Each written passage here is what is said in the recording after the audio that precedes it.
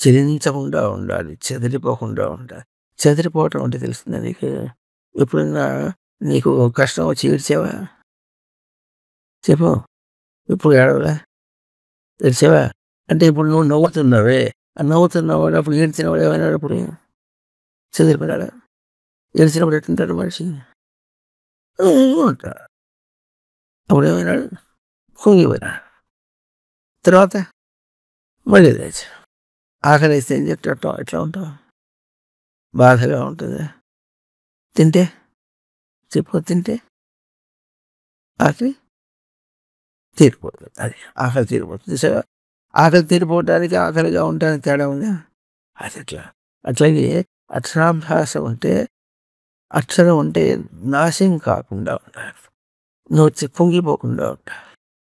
కష్టం వచ్చి కుంగిపోకుండా ఉండాలి. ఏం వచ్చినా కుంగిపోకుండా ఉండాలి. ఏ వచ్చినా చెదిరిపోకూడదు, భయపడకూడదు, చెదరిపోకూడదు. అవునా? ఈ నవ్వు ఎప్పుడు ఎట్లుండాలి? అట్లా ఉండాలి. ఇది ఒకసారి గట్టిగా నవ్వు, ఎప్పుడు ఈ నవ్వు అట్లుండాలి. ఇది అక్షరం. అక్షరం ఇది. ఈ అక్షరాన్ని ఎప్పుడు అలవాటు చేసుకోవాలి, అభ్యాసం చేయాలి.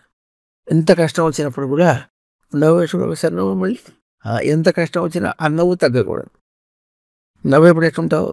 లోపల ఎట్లుంటుంది? నవ్వేటప్పుడు హాయిగా ఉంటుంది. హాయిగా ఉంటుంది, ఏడుపుగా ఉంటుందా? హాయిగా ఉంటుంది. కానీ ఎప్పుడు హాయిగా ఉండాలి. ఎప్పుడు హాయిగా ఉండటం అనేటటువంటిది అక్షరం.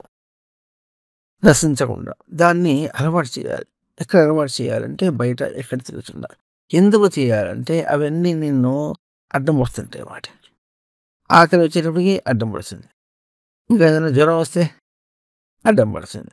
అడ్డం పడుతుంది తెలుసా నీకు? అడ్డం పడుతుంది. ఇంకోటి చిన్న కోతి పోతుంటే కాలు కొట్టుకుంది అనుకో, లేదా రాయికి కాలు కొట్టుకుంటే మళ్ళీ కాలుకి దెబ్బ తగులుతుంది. అది అడ్డం పడుతుంది. ఇంకా పెద్ద అయితే ఇంకా చాలా వస్తాయి. మీ నాన్నగారు ఏం చేస్తుంటారు?